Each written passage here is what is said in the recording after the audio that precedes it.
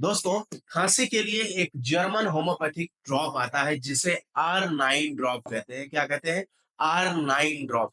ये ड्रॉप का नाम है कफ ड्रॉप। जिन लोगों को बहुत ज्यादा खांसी आती है, नजला हो जाता है, सीने पे दर्द होता है, रात में खांसते खांसते परेशान हो जाते हैं, कफ नहीं निकलता है, तो ऐसे लोगों के लिए इस ड्रॉप को इस्तेमाल करना बहुत ज्यादा फायदेमंद साबित हो सकता है। इस ड्रॉप को 15 बूंद आधे कप पानी में डालकर सुबह, दोपहर और शाम 3 टाइम इस्तेमाल करने से पुरानी से पुरानी खांसी को खत्म किया जा सकता है।